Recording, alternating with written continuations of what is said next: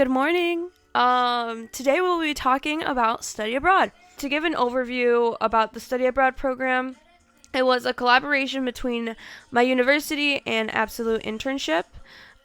So basically we spent 2 weeks in Asia, 1 week in South Korea, 1 week in Japan.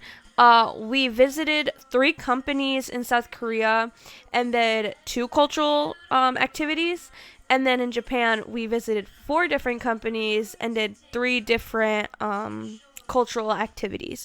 And so I'll kind of explain to you first about what happened in South Korea, and then I'll explain what happened in Japan. So the first company that we went to was the Quantum Nanoscience Lab at a all women university, and it was very exciting to honestly just like be able to tour different universities' campus. It was very different than the one here. Michigan's pretty flat mostly, and so honestly, just being in Seoul, like going up all those hills and looking at all the mountains. I mean, it was beautiful, but very very tiring. So we took a shuttle bus from the entrance of the university all the way up to the lab, and then we did, I believe, a total of 3 rotations. And so we got to see, I will like include a couple of pictures as we go. But basically we got to see how they were researching like the arrangement of atoms. And what I really, really liked is that it's, to my understanding, it was like everything was done at that lab. So all the way to them needing to convert liquid helium to like how they're like taking it all the way into like the arrangement of the atoms, and like how they're like needing a clean surface. And it was very conceptually challenging, I think, for me to understand everything as a whole. Another thing that they brought up was that it's an international lab. So basically, their common language is English, and people from this lab come from all countries all over the world. And so I thought it was pretty cool that like the common ground was English. But then they also explain how like some of the words, like they just have different meanings, not only in science but also just like on like their everyday language. Like that's just how like some people may have a certain tone and it means one thing. And like I think one of the examples he said was like when a Korean says maybe already means no, compared to maybe in other countries a maybe is like there's a possibility of a yes. So I thought that was pretty funny that he pointed that out. So our next company that we visited was the Seoul Energy Dream Center. And I'm an environmental girly, so this concept really excited me. But basically, we toured one of the first self-sufficient buildings in South Korea. And he said it's kind of funny that Americans are coming to learn about our technologies and our self-sufficient buildings when we went out to learn more about how we can produce energy on our own for buildings in a more sustainable way. And so he was kind of explaining the history about the building, how it was being built on a landfill, how before the landfill it was just like this beautiful, it was just this beautiful grassed area. Our last company visit in South Korea was Hyundai, and basically they were teaching us how they're studying user experience to just make things more accessible to people. There are things and solutions that they thought of that I didn't realize were like an everyday problem for me. And then what was cool is that we actually got to go inside the cars, and oh my god, did I fall in love with, like, that is literally like my dream car. So that was it for our company visit. So next we'll move on to our cultural experience, which I would say I enjoyed quite a bit. So the very next day that we arrived, our like itinerary was basically to get us acclimated to South Korea. So we did 2 things that day. We did a scavenger hunt and we did a cooking class. The scavenger hunt was really fun. We got like separated into groups. We actually did 2 scavenger hunts, but I'll tell you that later. But the scavenger hunt was basically like going all around the entire oh my god, it was actually like you were ending up in one neighborhood, going to the other, and then you would take a bus, and then we took a train, and it was honestly, it was so exhilarating because it's like none of us know what we're doing. We had to use a Naver app. I didn't have any Wi-Fi because my carrier didn't provide that. So we were just going everywhere, and it was just so like, it was just so crazy, but it was just so exciting to just be with your friends in a different city. And then for the cooking class, so I don't really eat beef or pork. So whoever got partnered with me was very lucky because they got to have all the meat, but then I got to have all the veggies. So it's pretty nice because we had like, everybody made 2 dishes. We made like 3, just so we can like accommodate both of us. But yeah, but it was very fun. And then our next cultural exposure that happened on our last day, so Friday, was the Handbach and Palace tour. First of all, it was so fun to be able to dress in their cultural wear. Palace was just absolutely gorgeous. Like, one of the things that I kept on saying in both countries was like, I just can't believe how well preserved these places are. Like, they're just like we always are talking about like architecture and how can we make our buildings last longer, and it's like, wow, like they like, oh my god, it just blows my mind how like these structures have lasted so long and they're so well preserved and they're just gorgeous. And like even like the cultural significance behind like behind the beams, they were saying, like, one of the things that really stuck out to me were the balanced beams. And so basically it was some of the beams were shaped as rectangles and others were shaped as cylinders, and it's basically because square and a circle symbolize balance, and so that's holding up the structure with balance. And I just was like, oh my god. Kind of talk about the key takeaways. One thing I do have to mention is the food and the cafes. Oh my god, I am such a coffee lover, such a pastry lover, and that was a cherry on top. Oh my god, I just loved going in the mornings and having a cute little coffee before my day started, and having, I don't know if it was a jet lag or why I could wake up at 5 in the morning every single day, but it was just something I look forward to every day and every morning, because I'm like, wow, like, this is so nice. Like, I feel so calm, I feel so centered, I feel good. Like, I felt really good the entire time. But yes, Onion, I talked about Onion all the way up until Japan, until the very last moment that we left, because Onion was probably my favorite place and experience on earth. Another thing I really loved were my morning runs. I like running. I wouldn't say I love running, but I do like running. And I think running in a whole different, I was going to say city, but even like country, it was just beautiful. I got to see the palace when nobody was there. Like, the views that I experienced in Seoul, I feel like cannot be unbeat. Okay, so now we'll go through Japan. We visited 4 companies, one of them being virtual, and then the other 3 being in person. But the one being virtual, we ended up being able to see the actual facility or their project in person, but that was a cultural experience. But I'll explain in a minute. The first company that we got to talk to was Team Labs. And so I know if you have been to Team Labs or you know about Team Labs, you're probably like, what do you mean you visited? Like, you just went to the museum? No, we actually got to speak to the actual, like, artist and the actual engineers about how these exhibits come about, which I thought was super exciting, that we got to talk to them about how they make the exhibits and all the detail that comes into it, and then actually got to see Team Labs and like experience their work. The next company that we visited was Asobism. I'm sorry if I'm pronouncing that wrong, but it was a video gaming company, which was super cool because a lot of the people, they said, and it was funny because they said it's more popular amongst foreigners than it is around Japan. So they were very excited to see that a lot of the people in our group knew about like the video games that they were talking about.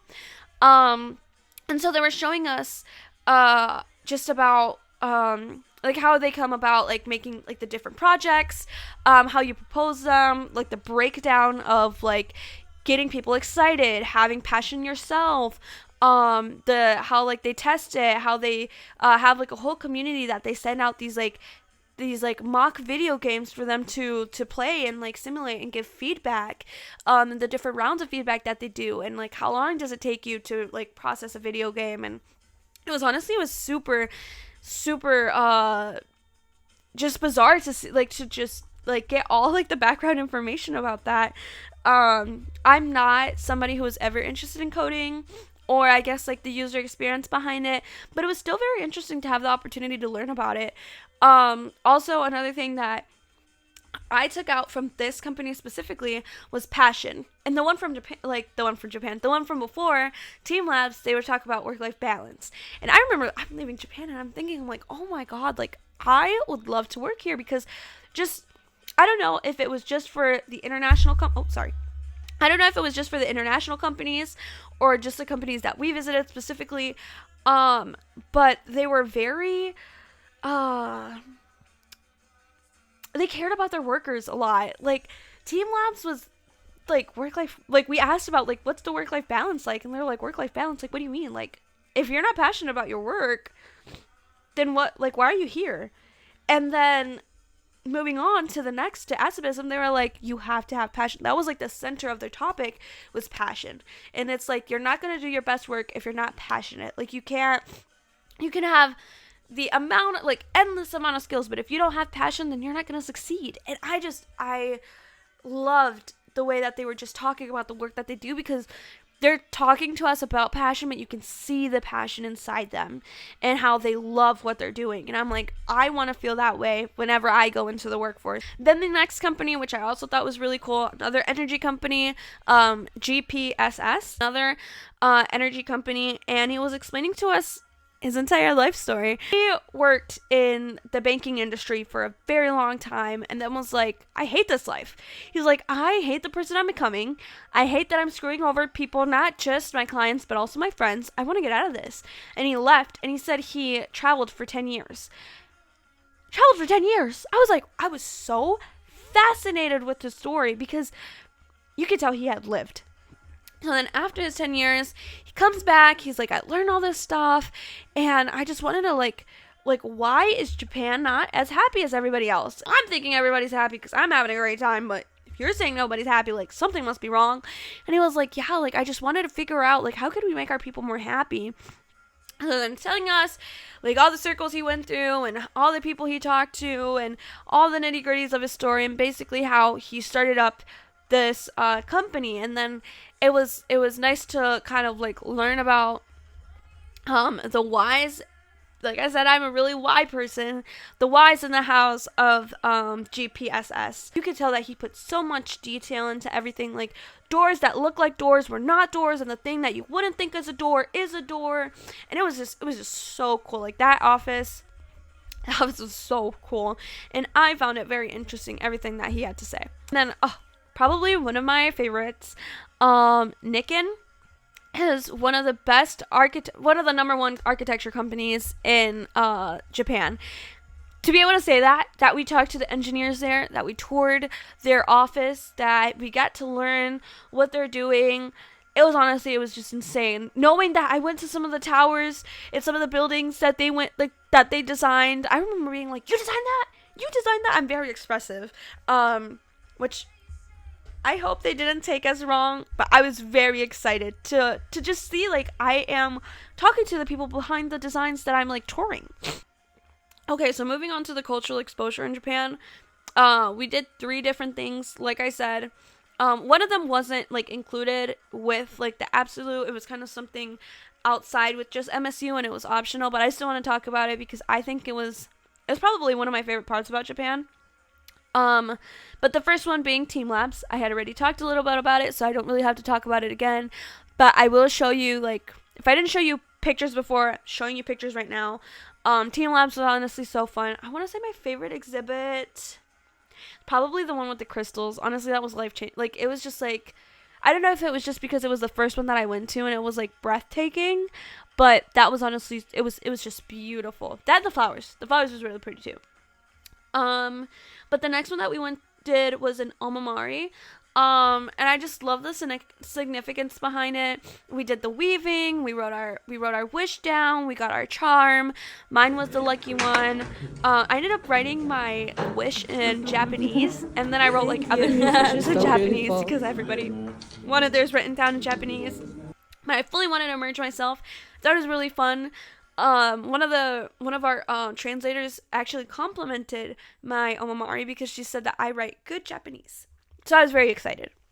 And then the last one, which like I said, was probably one of my favorites, was going to Kamakura. Kamakura was honestly breathtaking. Like, I like the city, don't get me wrong, but I love nature too. And I think that I just wanted to experience more of that in Japan. Other people did end up going, like, venturing more outside of Japan for the weekend, but I just didn't. But that was like me venturing out. And so with the group, we ended up going on to see a couple of temples, and I was so grateful that, like, we went with the group, because I was telling them, I'm like, if I would have done this on my own, I would have never known where to go. So we saw, like, the huge Buddha statue. I got my fortune there. I saw, like, these, like, oh my god, the temple was just gorgeous. Like, the views were gorgeous. There were some things that you couldn't take pictures of, and I think that just makes, like, the memory so much more special, because it's like, nobody will ever see this if you're not there. Like, I saw this, but I can't share that, and somehow that makes it so much more special. Like, it's just so, it's a unique experience, and I would so go back there again. I mean, I wish I could have stayed in Kamakura, like, the entire time. But we ended up going a little bit further out with, like, a couple of friends, and we ended up going to the beach in Japan. And I had talked about, like, jokingly, like, oh yeah, like, I want to go see the ocean, because we're on, we're in an island, like, I want to go see. But I never, like, took it serious. Like, I didn't plan it, and we ended up there, and it was just absolutely gorgeous. We ended up seeing an engagement. I took a couple of engagement pictures. We ate like, with the ocean view. It was amazing pizza. I know, pizza in Japan. How did we end up in Italy? I don't know. But it was like, Kamakura was like a whole different vibe. Like, I felt like I was in Europe, but no, I was in Japan. It was beautiful. I mean, it was breathtaking. Like, the entire time I was just like, I'm so glad we did this. And we stayed there until probably, like, we left at 8:30, and we didn't get back until like 7:30, 8:30. Like, we were there for a very long time. And we didn't see Mount Fuji. That was our end goal. We really wanted to see Mount Fuji. That's why we went out to that place in the first, like, to begin with. But I think that, the memories were worth it. It was worth. Key takeaways from Japan. I want to say, and I already talked about it, like, just being passionate about the work that you do. Like, everybody seemed like they loved it. And I know that, like, when I am going out there and I'm in the workforce, and I'm doing whatever I want to do, I want to be able to talk to people about the work that I do with as much passion as they are. I think I'm very nervous for what's to come next, because, like, I really don't know if I'm going to be passionate, if I'm going to fit in, if this is, like, the work space for me, and I really hope it is, and I feel like it is. I just want to be as passionate as they are. I guess I just kind of felt like my life was going to be over, and, like, I only had, like, work, and that's it for the rest of my life. And I remember even talking with an advisor. She was telling me, she's like, why do you want to do a study abroad when you have the rest of your life to travel? And I'm like, yeah, you're right. And then I left, and I'm like, no, I don't. Like, this is it. Like, I only have this time, and then I'm done. Like, and then I'm not traveling. Then I have work, and that's the rest of my life. And, like, I'm always thinking about the consequences, and about PTO, and about, like, all this stuff, and I'm like, am I even gonna have time? And it's like, it's my life. Like, I should be able to have time, and I should be able to go out there and explore the world, and be able to expose myself to different opportunities, and I just, yeah, I think that was my biggest takeaway. And I don't know if I explained that correctly, and I don't know if I can sum that up in one sentence, but I think that if you have the opportunity to get out of your comfort zone and go somewhere else where you don't speak the language, you don't know anything about, obviously do your research before, because I'm so glad that they prepared us with a little bit of key words and cultural expectations. Because there were some tourists that I was like, I'm a tourist, but I'm not a tourist like you.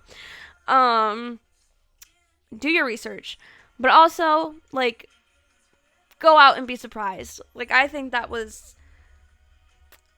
I'm not going to shut up about this ever. And as soon as I landed, I wanted to talk about it. And I showed all my pictures. And I took a million pictures. But yeah, I will like to say, since this is an assignment, thank you so much for everything that you guys did. This experience wouldn't have been able to work if it weren't without you guys. I think that you guys made this experience 10 times better. Being able to come to you, talk to you, and have fun with you guys was honestly the best thing ever. But yeah, Thank you guys. Spacey, I've been lost inside a daydream. These hopes of mine could really break me, catch me by surprise. Faces, sun-kissed skin inside a basement. LA kids just trying to make it before the next sunrise. So who's that knocking at your door? Feels like we've been here before.